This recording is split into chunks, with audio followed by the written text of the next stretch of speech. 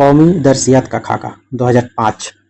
कौमी दरसियात का खाका 2005 को किसने मुरत्तब किया? देखिए लफ्ज़ छूट गया था यहाँ। तो कौमी दरसियात का खाका 2005 को किसने मुरत्तब किया था? तो इसमें ऑप्शन देखते हैं कि क्या क्या दिया ऑप्शन में।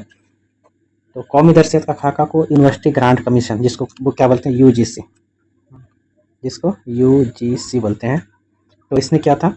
या national council of educational research and training, इसको क्या बोलते हैं, एनसीईआरटी, एनसीईआरटी ऐसे बोलते हैं। उसके बाद नेशनल फॉर ट्रेनिंग, या इनमें से कोई नहीं। तो इसमें देखिए जो कौमी दरसियात का खाका जो है 2005, तो इसको जो मुरत्तब किया था वो है national council of education research training and training, इसने इसको मुरत्तब किया था। तो कौमी दरसियात खाका के बारे में हम इसको बहुत अच्छे से बता चुके हैं वीडियो में, अगर आप नहीं देखे तो अच्छे से उसको देख लीजिएगा। चलिए हम आगे बढ़ते हैं। देखिए इसमें एक सवाल है कि तामीरियात पसंदी बतौर आमोजिश नज़रिया का मानना है। एक नज़रिया है, एक मिनट रुकिए। देखिए एक नज़रिया है इसमें कि तामीरत पसंदी एक नज़रिया है बतौर आमोजिश, इसके तौर पे जो है आमोजिश का नज़रिया जो है मानना क्या है। तो इसमें क्या दिया ऑप्शन में देखते हैं। बच्चे क्लासरूम में होने वाली तदरीस से नई मालूमात हासिल करते हैं। हासिल गलत हो गया, सॉल्व होगा, ठीक है। क्या है, बच्चे क्लासरूम में होने वाली तदरीस से नई मालूमात हासिल करते हैं। चलिए आगे देखते हैं। मश्क से ज़बान की आमोजिश होती है, सही है। सभी आमोजगार एक सा अंदाज में सीखते हैं, बिल्कुल गलत। एक सा अंदाज में कोई नहीं सीखता। इंडिविजुअल डिफरेंसेज होता है, हर बच्चे में अलग अलग खूबी होती हैं और लोग अलग अलग तरीके से सीखते हैं, एक साथ तरीके से नहीं सीखते हैं। कोई ज़्यादा सीखता है, कोई कम सीखता है। इसमें क्या है, बच्चे अपने साबिका मालूमात से जोड़कर आमोजिश करते हैं। देखिए ये कितनी अच्छी बात है कि बच्चे अपने साबिका मालूमात से जोड़कर आमोजिश करते हैं। साबिका मालूमात, जो चीज़ पहले से जानते हैं उस चीज़ से जोड़ के दूसरी चीज़ को सीखते हैं। तो इसका जो हमारा जो सबसे बेहतरीन जवाब लग रहा है वो ये है, चौथा नंबर वाला जो है कि बच्चे क्या करते हैं, बच्चे अपने साबिका मालूमात, साबिका मतलब जो पहले से जानते हैं उससे जोड़कर वो सीखते हैं दूसरी चीज़ों को। चलिए आगे बढ़ते हैं। इसमें एक क्वेश्चन और दिया है कि एक मिनट, दर्ज झेल में से कौन सा बयान दुरुस्त है? दर्ज झेल में से कौन सा बयान दुरुस्त है? तो यहाँ देखिए कि पहली क्या करना है इसमें कि जब सवाल से पूछा जाता है तो आप लास्ट वाला हिस्सा जरूर देखिए। इसमें जैसे कभी पूछा जाता है कि यह दुरुस्त नहीं है या दुरुस्त है, तो इस चीज़ को अच्छे से ध्यान से देखना है। इसमें कहा गया कि दर्ज झेल में से कौन सा बयान दुरुस्त है। कौन सा बयान दुरुस्त है? इसमें सबसे बेहतर होगा उसको ऑप्शन मानना पड़ेगा। तो इसमें क्या है, पहली ज़बान दूसरी ज़बान की आमोजिश में हमेशा हायल होती है। देखिए गलत बात, दूसरी ज़बान पहली ज़बान की आमोजिश में हमेशा हायल होती है, ये भी गलत है। हायल मतलब रुकावट, उसका रुकावट बनता है। और दूसरी ज़बान की आमोजिश पूरे तौर पर हर्फ ज़बान में होना चाहिए।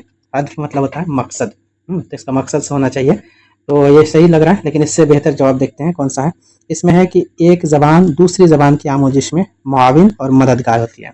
क्या है, मुआविन और मददगार होती है। तो इसका जो सही ऑप्शन देखिए, एक ज़बान जो है दूसरी ज़बान की आमोजिश में, एक ज़बान के जरिए से आप दूसरी ज़बान को सीख सकते हैं। एक ज़बान जो है दूसरी ज़बान का जो है मुआविन व मददगार होती है। तो हमारा सही जवाब जो है वो चौथा वाला है, क्योंकि बच्चे क्या करते हैं, एक ज़बान से दूसरे मजमून को भी सीखते हैं और दूसरी ज़बान को भी सीखते हैं।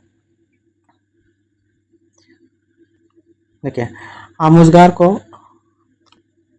आमोजगार को काबिल बनाकर बोलने की महारत को सबसे बेहतर अंदाज में फ़रोग दिया जा सकता है। क्या कहा गया, बोलने की महारत को सबसे बेहतर अंदाज में, ज़बान बोलने की महारत को सबसे बेहतर अंदाज में फ़रोग दिया जा सकता है। कैसे फ़रोग दिया जा सकता है? देखिए उस्ताद के फराहम करदा तलफ़ुज़ के नमूने को सुनकर नहीं, बिल्कुल नमूने को सुनकर बिल्कुल नहीं हो सकता। तलफ़ुज़ से सिर्फ ज़बान नहीं सीखी जाती है, तलफ़ुज़ से बोलना नहीं सीखा जाता। तलफ़ुज़ होता है कि सही तरीके से बोलना सीखा जाता है। जब बच्चे ज़बान ही नहीं जानते तो वो सही तरीके से क्या बोलेंगे। बच्चे जब सीखते हैं तो उसमें गलत तरीके से ही बोलते हैं, उसको धीरे धीरे सही हो जाता है। तो ये तो बाद की बात है। देखिए असल ज़िंदगी जैसे हालात में तरसील के काबिल बनाकर, असल ज़िंदगी, देखिए असल ज़िंदगी से जोड़कर, हाँ यह जवाब सही लग रहा है। फिर भी आगे देखते हैं अगर इससे बेहतर होगा। इसमें है कि बोलते वक्त तमाम तरह की गलतियों से बचकर, ये अच्छी बात है कि गलतियों से बचना है। वक्त तलब और पेचीदा मतन पढ़ने के काबिल बनाकर, यहाँ जो है बोलने की बात हो रही है, मतन पढ़ने की बात नहीं करना इसमें, ठीक है। तो ये हमारा गलत है। ये दोनों चीज़ सही लग रहा है, लेकिन इसमें जो सबसे ज़्यादा सही लग रहा है वो ये है, दूसरा नंबर वाला है कि असल ज़िंदगी जैसे हालात में तरसील के काबिल बनाकर, तरसील होता है कम्युनिकेशन, एक दूसरे से बात करना। तो एक बात करने से क्या होता है, बोलने की महारत को सबसे बेहतर अंदाज में फ़रोग़ दिया जा सकता है। कैसे? एक दूसरे से बातचीत करके, असल ज़िंदगी में एक दूसरे से बातचीत करके। उसके बाद है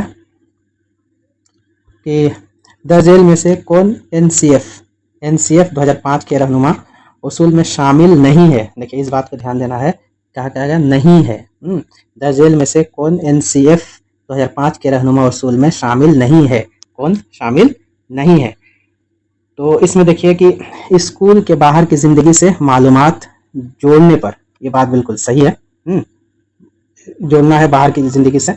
रटी हुई आमोजिश के तरीके को तर्क कर देने की यकीन दहानी पर, यह भी बात सही है। निसाब को दरसी किताब पर मरकूज होना चाहिए। देखिए ये बात बिल्कुल गलत है, ये बात बिल्कुल गलत है कि निसाब को दरसी किताब पर बिल्कुल मरकूज नहीं होना है।